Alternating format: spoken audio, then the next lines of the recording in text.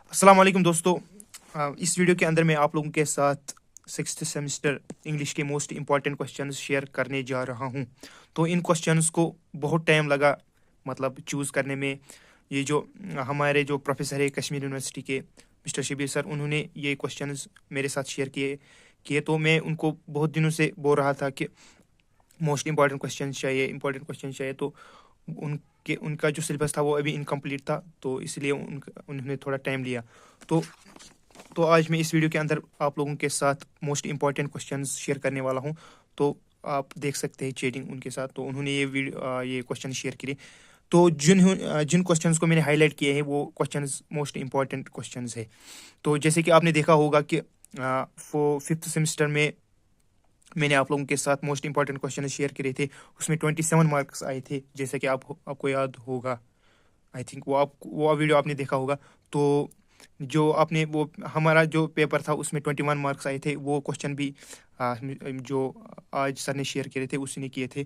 तो जो हम पहला चैप्टर है स्टीव जॉब्स, 88 पेज नंबर। तो इसमें जो मोस्ट इम्पॉर्टेंट क्वेश्चन अभी एग्ज़ाम के पॉइंट ऑफ व्यू से बन रहे हैं।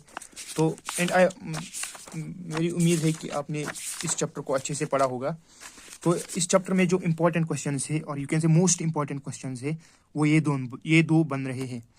तो क्योंकि ये जो दो क्वेश्चन है ये मेजॉरिटी ऑफ द मतलब जो majority part of the chapter है वो कवर कर रहा है, इसलिए ये इम्पोर्टेंट ये क्वेश्चंस है।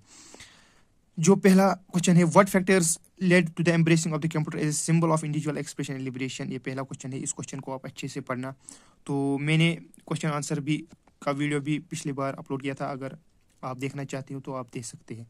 What is your estimate of Steve Jobs and his colleagues as depicted in the text. तो इन क्वेश्चंस को अच्छे से पढ़ना। इन क्वेश्चंस को मैं तो कहता हूँ इन क्वेश्चंस को आप रट लो, ये क्वेश्चंस आपके एग्जाम में आने वाले हैं। फिर एग्जाम के बाद जब आओगे फिर नहीं बोलना कि हमने ये क्वेश्चंस क्यों नहीं पढ़े थे वो ये सब। तो मैं भी पहले ही बोल रहा हूँ इन क्वेश्चंस को आप फिर से अच्छे से पढ़ना। जो हमारा दूसरा चैप्टर है स्पीकिंग टंग्स, ये टफ चैप्टर है अकॉर्डिंग टू मी। तो आई होप कि आपने ये अच्छे से समझा होगा। इसमें जो मोस्ट इम्पॉर्टेंट क्वेश्चंस बन रहे हैं वो दो क्वेश्चंस हैं जो मैंने हाईलाइट किए हैं। पहला क्वेश्चन है, what is JD Simps concept of an ideal voice, substantiate your answer with reference to the text. दूसरा, voice adaptation is still the original British sin, what does this comment reveal about British culture. तो इन questions को आप देखिए, ये मैंने upload भी किए हैं, तो अगर आपके पास नोट भी है तो उनसे भी आप पढ़ सकते हैं।